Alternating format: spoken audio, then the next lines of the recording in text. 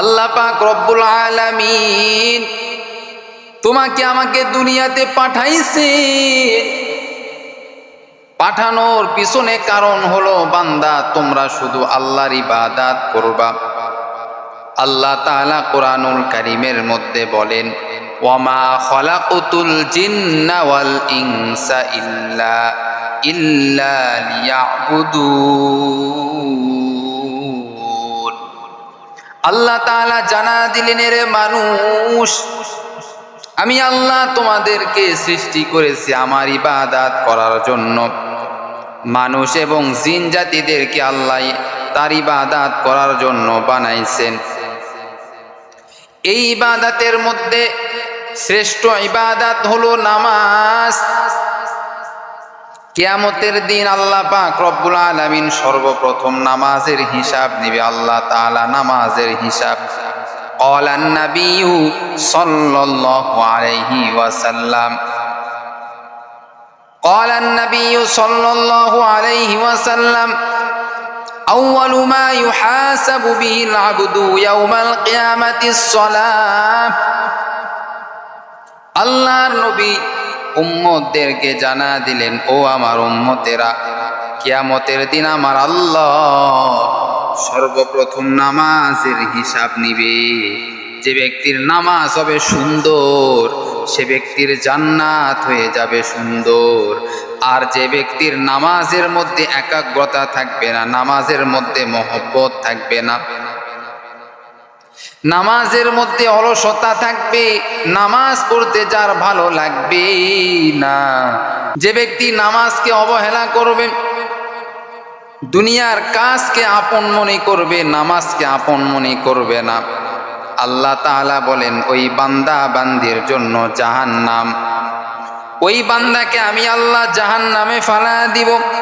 কারণ আমি আল্লাহ বান্দাদেরকে সৃষ্টি করেছি শুধুমাত্র আমার ইবাদত করার জন্য।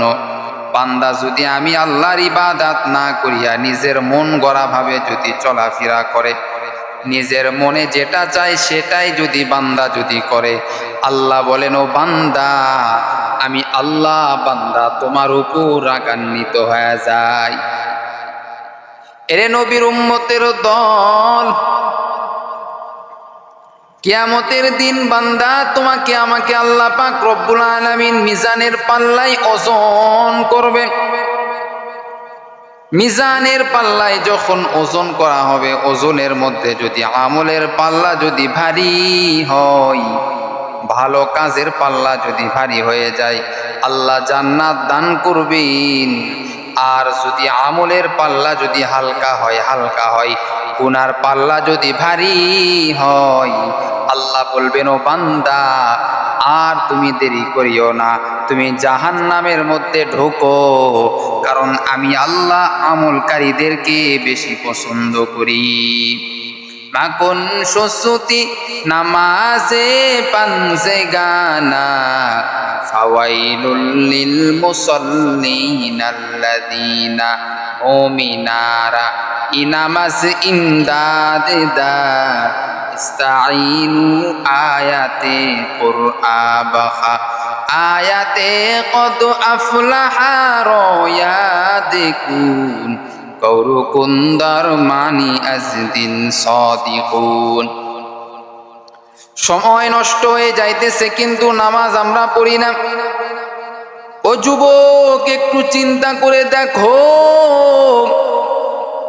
তোমার সামনে থেকে যেই ফজরের সময়টা চলে গেল, কালকেও ফজরের সময় আসবে, কিন্তু আজকে যেই ফজরের সময়টা গেল এই সময় আর তুমি পাবে না। আজকে যেই জোহরের সময়টা চলে গেল এই জোহরের সময় তুমি আর পাবে না। এই সময়টা তোমার হায়াতের মধ্যে থেকে এই সময়গুলি যাইতেছে। পরে নবীর উম্মতের দল, আল্লাহ তাআলা কিয়ামতের দিনে তোমাকে প্রশ্ন করবে, ও আমার বান্দা বান্দিরা, এই হায়াতটা তুমি কোন কাজে ব্যয় করেছো, যৌবনটা তুমি কোন কাজে ব্যয় করেছো? আজকে আমি আল্লাহর কাছে হিসাব দাও। আমি আল্লাহ আজকে হিসাব না নিয়ে কাউকে ছাড়ব না। ও বান্দা, তোমার হায়াতটা তুমি কোন কাজে ব্যয় করেছো, ভালো কাজ নাকি খারাপ কাজ করেছো? আজকে আমি আল্লাহর কাছে হিসাব দাও। আল্লাহ পাক রব্বুল আলামিন ওই দিন কঠিন ভাবে তোমাকে আমাকে ধরবে। প্রত্যেকটা সেকেন্ডের হিসাব আল্লাহ তাআলা ওই দিন নিবেন। এজন্য আল্লাহর ওলিরা বলে, বান্দা শুধু ফরজ ইবাদত করিয়া শুধু বসে থাকলে হবে না, শুধু ফরজ ইবাদত করে বসে থাকলে হবে না, নফল ইবাদত করতে হবে। ফরজ নামাজ পড়লে শুধু হবে না, নফল নামাজও তোমাকে পড়তে হবে। ফরজ নামাজ হলো মূল ডিউটি, নফল নামাজ হলো ওভার ডিউটি।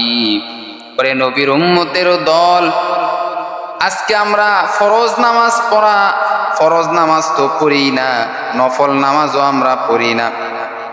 অথচ এই নফল নামাজের এত দাম, কিয়ামতের দিনে আল্লাহ বলবেন, ও ফেরেশতা, আমার সামনে যেই সমস্ত বান্দা বান্দিরা রয়েছে, দেখো তাদের জীবনে কি আমল আছে নাকি নামাজ আছে নাকি দেখো। এইবার ফেরেশতা বলবে, আল্লাহ, যারা আপনার সামনে রয়েছে তাদের 50% নামাজি, তারা 50% রয়েছে যারা নামাজ পড়েছে। ও আল্লাহ, তবে তারা নামাজ পড়েছে কিন্তু আরো তারা গুনাহ করেছে। এই গুনাহগুলি কেমনে মিটাইবেন? আল্লাহ তাআলা বললেন, ও ফেরেশতারা বলবেন, ও ফেরেশতারা, দেখো এই বান্দা জীবনে নফল নামাজ পড়েছে কিনা, নফল ইবাদত করেছে কিনা, এই বান্দা তাহাজ্জুদের নামাজ পড়েছে কিনা, এই বান্দা নফল ইবাদত করেছে কিনা, নফল নামাজ পড়েছে কিনা, এই বান্দা নফল নামাজ পড়েছে কিনা খোঁজ লাগাও। এবার ফেরেশতা যখন তোমার আমার বিষয়ে যখন তদন্ত করবে, তোমার আমার আমল নামা যখন দেখবে, ফেরেশতারা যখন দেখবে আমরা ফরজ নামাজ পড়েছি এবং নফল নামাজও পড়েছি, আল্লাহর কাছে এই নফল নামাজগুলি নিয়ে যাবে। এইবার নিয়ে যাওয়ার পরে আমার আল্লাহ পাক রব্বুল আলামিন ফেরেশতাদেরকে বলবেন, ও ফেরেশতারা, এই বান্দাদেরকে এই নফলগুলি আমি আল্লাহ বোনাস হিসাবে আমি আল্লাহ তাদেরকে দিয়া দিলাম। কারণ তারা যে ফরজ ইবাদত যে ঘাটতি করেছে, ফরজ নামাজ পড়া যে ঘাটতি করেছে, এই নফলকে আমি আল্লাহ ফরজ বানায় দিলাম। এভাবে আল্লাহ পাক রব্বুল আলামিন আপনাকে আমাকে কিয়ামতের দিনে আপনার আমার নফল ইবাদতগুলি আল্লাহ তাআলা খুঁজতে শুরু করবেন।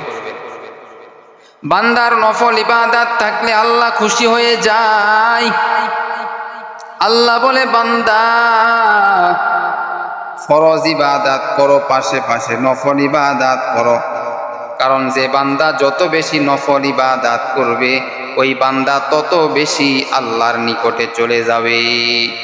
আউলিয়ারা কারে উকবা ইখতিয়ার, জাহেলারা কারে দুনিয়া ইখতিয়ার। মাইলে মোমিন সুয়ে মোমিন মিশাওয়াত, মাইলে কাফের সুয়ে কাফের মিশাওয়াত।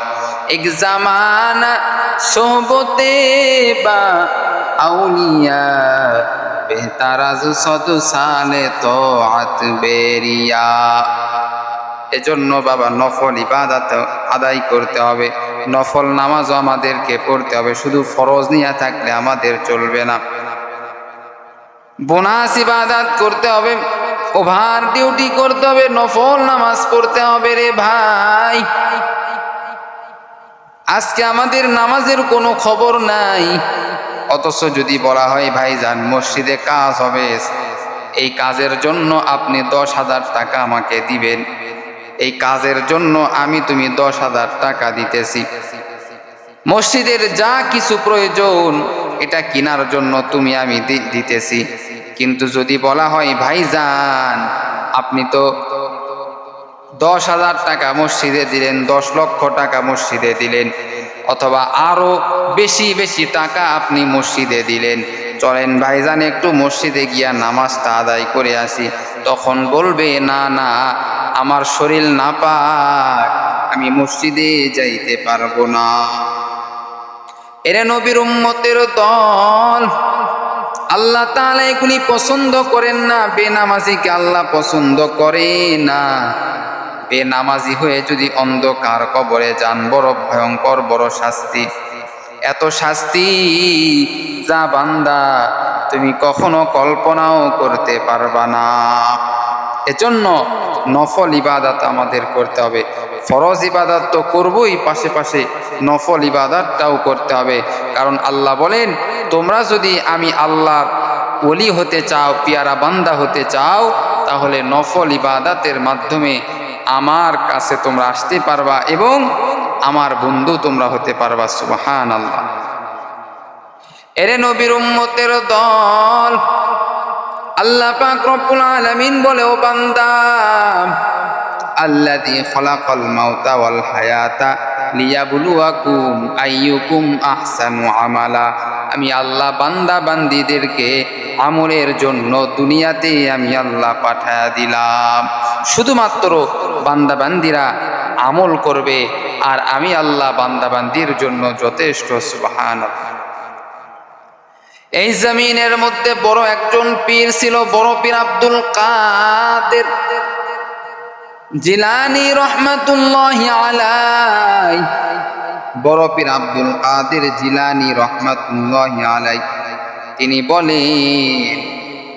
তিনি বলেন, আমি বড় পীর আব্দুল কাদের জিলানী রহমাতুল্লাহি আলাইহি একদিন রাস্তা দিয়া যাইতেছি। রাস্তার পাশে একটা কুকুরের সঙ্গে আমার দেখা হয়ে গেল। কুকুর এইবার বড় পীর আব্দুল কাদের জিলানী রহমাতুল্লাহি আলাইহিকে বলতেছেন, ও বড় পীর আব্দুল কাদের জিলানী রহমাতুল্লাহি আলাইহি, আপনি তো জগৎ বিখ্যাত একজন পীর, আপনার সঙ্গে আমার একটা কথা রয়েছে। বলে, কি কথা? বলে, আপনি একটু বলবেন আপনি ভালো নাকি আমি কুকুর ভালো? এবার বড় পীর আব্দুল কাদের জিলানী রহমাতুল্লাহি আলাইহি বড়ই পেরেশানি হয়ে গেলেন, টেনশনে পড়ে গেলেন। এখন আমি কি বলবো কুকুরকে আমি এখন কি বলবো? নিজেকে তো বড় বলা যায় না, আবার কুকুরকেও বড় বলা যায় না, কারণ আশরাফুল মাখলুকাত, মানুষ হলো সব থেকে শ্রেষ্ঠ জাতি। এখন আমি কি করব? বড় পেরেশান। এদিকে আল্লাহ পাক রব্বুল আলামিন জানা দিলেন, ও কুকুর, তুমি বড় পীর সাহেবকে তুমি জানায়া দাও। বড় পীর সাহেব আল্লাহর কাছে যখন বললেন, হো দয়ার মালিক, তুমি আমাকে জানায়া দাও আমি ভালো নাকি কুকুরটা ভালো, তুমি আমাকে জানায়া দাও। এবার আল্লাহ তাআলা জানা দিলেন, ও বড় পীর সাহেব, আপনি কুকুরকে জানায়া দেন, যদি আপনি ঈমান আমল নিয়ে যদি কবরে যাইতে পারেন, কবরটা যদি জান্নাতের বাগান হয়ে যায়, কবরটা যদি জান্নাতের বাগান হয়ে যায়, তাহলে আপনি ওই কুকুরকে বলে দেন, তাহলে কুকুর রে, আমি বড় পীর তোমার থেকে শত শত গুণে ভালো। আর যদি আমার কবরটা জাহান্নামের গর্ত হয়ে যায়, ঈমান আমল নিয়ে যদি না যাইতে পারি, তাহলে আমার কবরটা যদি এই সাপ বিচ্ছু দ্বারা ভরপুর হয়ে যায়, তাহলে কুকুর রে, আমি বড় পীর সাহেবের থেকে তুই কুকুর শত শত গুণে ভালো। কারণ আল্লাহর কাছে আমার জবাব দিতে হবে, তোর কোনো জবাব দেওয়া লাগবে না। একেই বলে আল্লাহওয়ালা। আল্লাহওয়ালা কেমন হয়? তারা নিজেকে সর্বদা ছোট মনে করে, নিজেকে আল্লাহওয়ালারা কখনো বড় মনে করে না। অথচ আমরা নিজেকে বড় মনে করি, নিজেকে মহান কিছু মনে করি, শক্তিশালী মনে করি, অথচ আমরা হলো দুর্বল। আল্লাহ তাআলা বলেন, ওয়া খুলিকাল ইনসানু যায়ীফা, মানুষ হলো সব থেকে দুর্বল, মানুষ হলো সব থেকে দুর্বল। অথচ আমরা নিজেকে বড় মনে করি, টাকার গরমে নিজেকে বড় মনে করি, সম্পদের গরমে নিজেকে বড় মনে করি, মানুষকে মানুষ মনে করি না। অথচ আমার আল্লাহ বলেন, অহংকার করা হলো শয়তানের স্বভাব। যে ব্যক্তি অহংকার করে সে হলো শয়তানি কাজ করলো। আমরা কখনো অহংকার করতে চাই না, আমরা সর্বদা আল্লাহর ইবাদত করতে চাই। সুবহানাল্লাহ। আল্লাহর ইবাদত করে আমরা কবরে যেতে চাই, অহংকারী হয়ে কবরে যেতে চাই না। জমিনের মধ্যে যারা অহংকার করেছে আজকে তাদের অবস্থা দেখো। ফেরাউন, নমরুদ, হামান, সাদ্দাত, কত বড় বাদশা নমরুদ, এত বড় পাওয়ারফুল একজন বাদশা নমরুদ। যেই নমরুদ নিজেকে খোদা বলে দাবি করলো, যেই নমরুদের এত পাওয়ার, মানুষের কাছে এত পাওয়ার দেখাইছে, এর নবীর উম্মতের দল ওই নমরুদকে ধ্বংস করার জন্য আল্লাহ তাআলার বড় কোনো বাহিনীর প্রয়োজন হয় নাই, বরং সাধারণ ল্যাংড়া একটা মশা নমরুদকে ধ্বংস করে ফেলেছে। এটা হলো আল্লাহ তাআলার লীলা খেলা। এজন্য অহংকার মুক্ত থাকার চেষ্টা করতে হবে। যারা অহংকার করবে তারা জাহান্নামের আগুনের মধ্যে চলে যাবে। অহংকার এটা আল্লাহ পছন্দ করে না। যে কোনো লাইনে যারা অহংকার করবে আল্লাহ তাদেরকে পছন্দ করবে না, তাদেরকে আল্লাহ ধ্বংস করে দিবে। এজন্য আমাদের উচিত হলো অহংকার থেকে দূরে সরে আসা। আল্লাহ আমাদের সকলকে তৌফিক দান করুক। সকলে বলেন আমিন।